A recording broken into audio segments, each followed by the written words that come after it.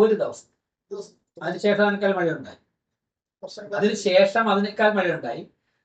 ആ ദിവസം എന്താണെന്നുള്ളത് ഇന്നലെ ബഹുമാനപ്പെട്ട ജലസേചന വകുപ്പ് മന്ത്രിയുടെ നേതൃത്വത്തിൽ തന്നെ ഞങ്ങൾ യോഗം ചേർന്നു. ആ യോഗത്തിൽ വിശദമായി ചർച്ച ചെയ്തു. അങ്ങനെ അനുഭവിക്കും. ഞാൻ പറഞ്ഞത് ഈ നിമിഷം വരെ നടന്ന കാര്യം നമുക്ക് ചർച്ച ചെയ്യാം. ഇനുണ്ടാകാൻ പോകുന്ന മഴയുടെ മുന്നൊരുക്കങ്ങൾ ഇന്നലെ ചേർത്ത് ഞങ്ങൾ തുടക്കത്തിൽ തന്നെ പറഞ്ഞില്ല. 7-8 ഇന്ന് ഏതോ പത്രം ഓരോ മാതൃഭൂമി മനോരമ ഏതോ എല്ലാത്തിന്റെയും പേരുണ്ട്. Irrigation, minor irrigation, major irrigation, Indian navigation ഇതൊക്കെ കൊടുത്തിട്ടുണ്ട്. ഞങ്ങൾ എല്ലാവരുടെയും ഉടമസ്ഥത്തോടുകളുണ്ട്. അവരൊക്കെ ഇന്നലെ ബഹുമാനപ്പെട്ട 3 മന്ത്രിമാർ പങ്കെടുത്ത മീറ്റിംഗിൽ, കോർപ്പറേഷൻ മേയർ ഉൾപ്പെടെ പങ്കെടുത്ത മീറ്റിംഗിൽ വിശദമായി ചർച്ച ചെയ്തു. ആ പ്രോസസ്സ് കണ്ടിന്യൂ ചെയ്യാൻ വേണ്ടി സ്റ്റേറ്റ് ക്യാപിറ്റൽ എന്നുള്ള നിലയ്ക്ക് സംസ്ഥാന സർക്കാരും കോർപ്പറേഷനും ഒരുമിച്ച് ചേർന്നുകൊണ്ട് ആ പ്രോസസ് കണ്ടിന്യൂ ചെയ്യുന്നു. അപ്പോൾ കോർപ്പറേഷന്റെ ഓർഡറുകളൊക്കെ തന്നെ ഞങ്ങൾക്ക് കൃത്യമായി ചെയ്യാൻ സാധിക്കും. കാരണം മറ്റുള്ള ഓരോ ഡിപ്പാർട്ട്മെന്റും അവരോരോ ഓർഡറുകൾ ഏറ്റെടുത്താൽ മതി.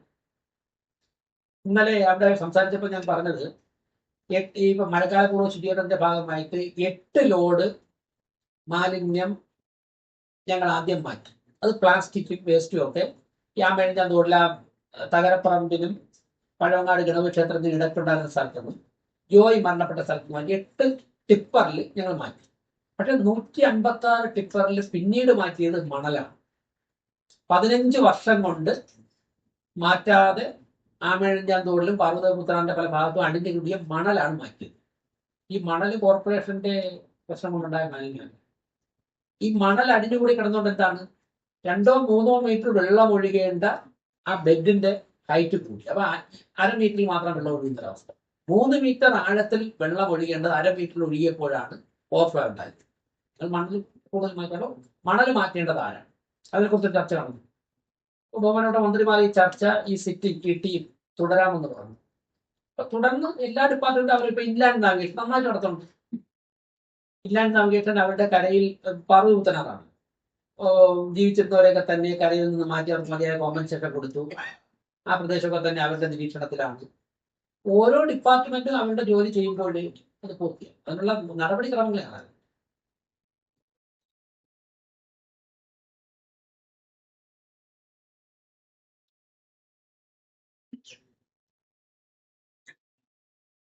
ഇപ്പൊ ഒരു കാര്യം പറയാം. ഞങ്ങൾ എൻ്റെ കൃത്യമായിട്ടുള്ള പ്രോസസ്സിലേക്ക് പോയിട്ടുണ്ട്. ഇന്ന് വൈകുന്നേരം 5 മണിയോടുകൂടി നായ്ക്കളെ പാർപ്പിക്കാൻ വില്ലിങ്നെസ് പ്രകടിപ്പിക്കുന്നവരുടെ ഒരു എക്സ്പ്രഷൻ വിളിച്ചു. ഇന്ന് വൈകുന്നേരം 5 മണിക്കാണ് എൻ്റെ സമയം. തിങ്കളാഴ്ച അത് ഓപ്പൺ ചെയ്യും. അത് ഓപ്പൺ ചെയ്ത് അതിൽ നിന്ന് NGO സെലക്ട് ചെയ്യും.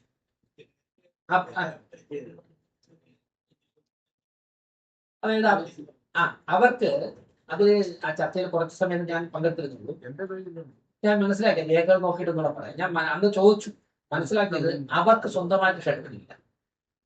അവർക്ക് കോർപ്പറേഷൻ ഫണ്ട് ചെയ്ത് ഷെൽട്ടർ നിർമ്മിക്കണം. ആ ഒരു നിയമതടസ്സം ചെല്ലും.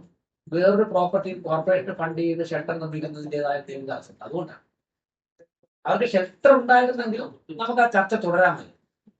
ഞങ്ങൾ അവരോട് എനിക്കൊന്ന് ഞാൻ ചർച്ചയ്ക്ക് നേതൃത്വം കൊടുത്ത ഉദ്യോഗസ്ഥർ പറഞ്ഞത്, ഷെൽട്ടർ നിങ്ങൾക്ക് ഉണ്ടെങ്കിൽ നമുക്ക് മറ്റുള്ള ചർച്ച തുടങ്ങാം. മറ്റൊരു വസ്തു ആളുടെ പ്രോപ്പർട്ടിയിൽ കോർപ്പറേഷന്റെ ഫണ്ട് മുടക്കി ഷെൽട്ടർ ചെയ്യാൻ വേണ്ടി നിയമപരമായിട്ട് നമുക്ക് തടസ്സം വരും.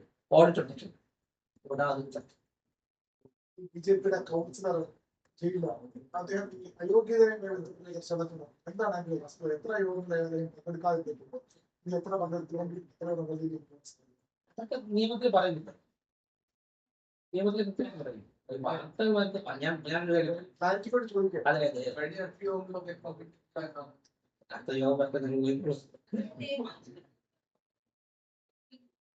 ഇതുവരെ ഇത് ഇപ്പൊ റിമാൻഡ് ആയതിനു ശേഷം ഇതുവരെ ഇതിനു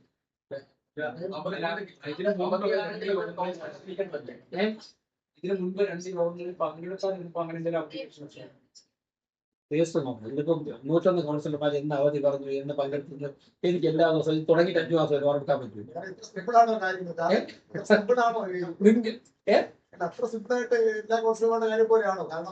ഞാൻ പറഞ്ഞത് സത്യത്തിൽ ഞാൻ ന്യൂസ് എല്ലാ ദിവസം നോക്കേണ്ട ആവശ്യമില്ല. അതൊക്കെ ഉദ്യോഗസ്ഥരാണ് നിരീക്ഷിക്കുന്നത് നോക്കേണ്ടത്. ഇപ്പൊ ആരെങ്കിലും അവധി അറിയിച്ചിട്ടുണ്ടെങ്കിൽ നിങ്ങൾക്ക് മാധ്യമപ്രവർത്തകർ എന്ന് വരുന്നവരില്ലേ? അപ്പൊ എനിക്ക് തോന്നി കഴിഞ്ഞ 5 മാസമായിട്ട് നിങ്ങൾ എല്ലാ ദിവസവും വരുന്നുണ്ട്. Most welcome. അപ്പോ തുടക്കത്തിൽ നമ്മൾ പറയുന്നത് ഇന്ന് അസൗകര്യം അറിയിച്ചിട്ടുള്ളവർ ഇന്നാരൊക്കെ നമ്മൾ ആദ്യം വായിക്കുന്നു. ആ ദിവസം ഒന്ന് വായിക്കും. ബാക്കി മിനിറ്റ്സ് രേഖപ്പെടുത്തി ഉദ്യോഗസ്ഥരാണ് അറ്റൻഡൻസ് മാർക്ക് ചെയ്യുക, ലീവ് ആക്കിയൊക്കെ ചെയ്യും. അറ്റൻഡൻസ് കൗൺസിലർമാർ മാർക്ക് ചെയ്യും, ലീവ് ഉദ്യോഗസ്ഥർ ഓരോ ദിവസം ആദ്യം വന്ന് ലീവ് പറഞ്ഞ കഴിഞ്ഞ രണ്ടാമതെയും വായിച്ചിട്ടില്ല. ഞാൻ അത് ആക്ഷേപം വായിച്ചില്ലെങ്കിൽ അയാൾ ലീവ് പറഞ്ഞു കാണില്ല. ഞാൻ അത് ആക്ഷേപം എങ്ങനെയാവുന്നത്? അദ്ദേഹം ലീവ് പറഞ്ഞ ഞാൻ പറയാം. ലീവ് എങ്ങനെയാണ്? ലീവ് ഒന്നുകിൽ രേഖാമൂലം, ഇവിടുത്തെ കീഴ്വഴി രേഖാമൂലം മെയിലില്ല, മേയർ നേരിട്ട് വിളിച്ചു. ഇതാണ് ഇവിടെ നടക്കുന്ന കീഴ്വഴി. ഈ കീഴ്വഴക്കനുസരിച്ച് 200-300 എന്തെങ്കിലും ചെയ്യുന്ന ആൾക്കാർ ലീവാണെങ്കിൽ ഞങ്ങൾ കൗൺസിലർ അങ്ങനെ പറഞ്ഞില്ല. അല്ല അപ്പൊ മറ്റു നോക്കാണ്ട്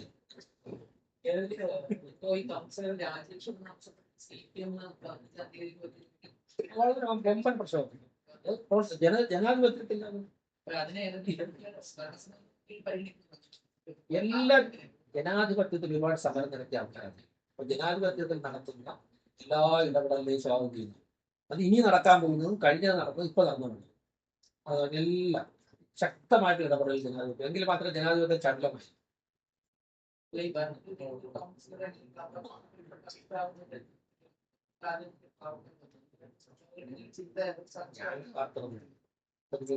ഞാനിപ്പോ രാവിലെ വന്നിട്ട് സുരക്ഷാ പ്രശ്നം കഴിക്കുന്നു. ബിജെപിക്ക് ഇതുപോലെ അന്നത്തെ പലതും വരുന്നു. ബിജെപിക്ക് വാഴക്കുളത്ത് വേറൊരാളുടെ സ്ഥാനാർത്ഥി കിട്ടില്ല. സ്ഥാനാർത്ഥി ബിജെപിക്ക് വാഴക്കുളത്ത് ഒരാളെ കിട്ടില്ല. എല്ലാ 101 വരെ വളരെ നല്ല കൗൺസിലർ ഇവിടെ വിജയിച്ചു വന്ന 101 കൗൺസിലർമാർ ഏറ്റവും ആപ്റ്റായിട്ട് കോർപ്പറേഷന്റെ ഭരണത്തിന് നേതൃത്വം കൊടുക്കാൻ പറ്റുന്ന 101 പേരെയാണ് തെരഞ്ഞെടുത്തത്. 101 എല്ലാം ഏറ്റവും വിടുപെടുക്കരായ ജനപ്രതിനിധി നടത്തിക്കൊണ്ടിരുന്ന കോർപ്പറേഷൻ 101 വരുന്നു. അത് ഭംഗിയായിട്ട് അവരുടെ വാർഡുകൾ നോക്കുന്നുണ്ട്. വികസന കാര്യങ്ങൾ പൂർണ്ണ പിന്തുണയുണ്ട്. ഭരണപക്ഷ കൗൺസിലർമാർ ഭരണപക്ഷം എന്നുള്ളവർക്ക്, പ്രതിപക്ഷ കൗൺസിലർമാർ പ്രതിപക്ഷം എന്നുള്ളവർക്ക് ശക്തമായിട്ട് ജനാധിപത്യ പ്രക്രിയയിൽ ഇടപെടുന്നുണ്ട്. ചടുലമായിട്ട് പാസുന്നുണ്ട്.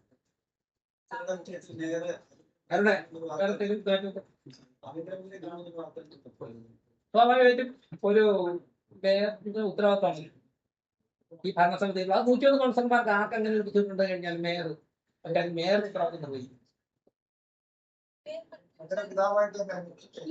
101 കൗൺസിലർമാരിൽ ആർക്ക് അത്തരത്തിലൊരു സിറ്റുവേഷൻ വന്നാലും മേയർ എന്നുള്ള നിലയ്ക്ക് എന്റെ ഉത്തരവാദിത്വം എന്നുള്ളതാണ് എന്റെ ബോധം. നിർവഹിക്കും. ഞാനിപ്പോ 101 കൗൺസിലർമാരെ വീട്ടിൽ പോകുന്നുണ്ട്. 100 പേര് പോയി തുടങ്ങി. അല്ല 4-5 പേരുടെ വീട്ടിൽ പോയി. പിന്നെ സമയം കിട്ടുന്നതനുസരിച്ച് 100 പേരുടെയും ഇപ്പോ ഹാർബർ വാർഡിൽ പോയി, സുധീഷ് ധവാൻ പൗണ്ടോടെ സ്വന്തം കൗൺസിലറിൽ പോയി. ഞാൻ 101 അപ്പൊ അവരുടെ വ്യക്തികളായി മേയർ എന്നുള്ള നിലയ്ക്ക് ഇടപെടേണ്ട കാര്യങ്ങൾ കഴിഞ്ഞു. ഇങ്ങനെ ഇടപെടണ്ടേ?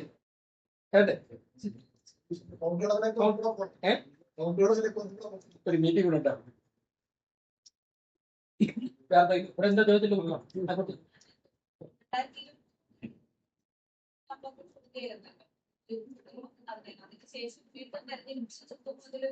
ഞാനൊരു കാര്യം പറയാം. ഈ എല്ലാ കൗൺസിലർമാരും അവർ കൗൺസിലർ ആയതിനു ശേഷം കൗൺസിൽ ഇടപെടുന്നത് കൗൺസിലർ എന്നുള്ള കാര്യങ്ങൾ ചോദിച്ചില്ല. അങ്ങനത്തെയുള്ള കാര്യങ്ങൾ ഞാൻ പറയാം. ഈ മത്സരിച്ച 100 വാർഡിൽ ഒരുപാട് മത്സരിച്ചു. 101 ജയിച്ചിട്ട് ഇവരൊക്കെ കൗൺസിലിൽ വരുന്നതിന് മുമ്പ് ഏതൊക്കെ കേസിൽ പ്രതിയായിരുന്നു, അവരൊക്കെ എന്തൊക്കെ ചെയ്തിട്ടുണ്ട്, എന്നാണ് ജനിച്ചത്, ഇതൊക്കെ നമുക്ക് ഓർമ്മിച്ച് വെച്ചാൽ വേറെ ഒന്നും ചെയ്യാറുണ്ട്. ജനങ്ങൾ ജയിപ്പിച്ചു വിട്ടു കഴിഞ്ഞാൽ ജയിച്ച് കോർപ്പറേഷൻ വന്നതിന് ശേഷം അവരുടെ നാട്ടിലുള്ള ആ വാർഡിലുള്ള പ്രവർത്തനങ്ങളെ കുറിച്ചാണ് കൂടുതൽ ശ്രദ്ധിക്കുന്നത്. ഓരോരുത്തരും അതിന് മുൻപ് എന്ത് പ്രവർത്തിച്ചു, അതിന് ശേഷം അതിന് അവരുടെ പശ്ചാത്തലം അത് നമുക്ക് അങ്ങനെ ആവശ്യം. ഇതുമായിട്ട് ബന്ധപ്പെട്ട് ഞാൻ എല്ലാ കാര്യങ്ങളും 2 തവണ ഒരു വിഷയത്തിൽ തന്നെ ഒരേ ദിവസം 2 തവണ ഞാൻ പറഞ്ഞു. അഡീഷണൽ ആയിട്ടുള്ള പുതിയ ചോദ്യങ്ങൾ ചോദിക്കാൻ ഞാൻ പറഞ്ഞു. ഇതൊക്കെ പറഞ്ഞു കഴിഞ്ഞു. അത് പറയാനുള്ളത് 2 തവണയായിട്ട് പറഞ്ഞു കഴിഞ്ഞു. ഇന്ന് പിന്നെ നിങ്ങൾ ഞാൻ ഒന്നും പറയാതെ പോകുന്നത് ശരിയില്ലെന്ന് തോന്നുന്നു. ബാക്കി കാര്യങ്ങൾ നിയമപരമായിട്ട് വരുന്നു. അതൊക്കെ നമുക്ക് നോക്കാം. ഇനിയും ഇടയ്ക്കേക്ക് 4 വർഷം ഒരുപാട് കാര്യങ്ങൾ പറയാൻ പറ്റുന്നു. ഓക്കെ, നമസ്തേ. സുരക്ഷാ പ്രശ്നമൊന്നും കാര്യമായിട്ട്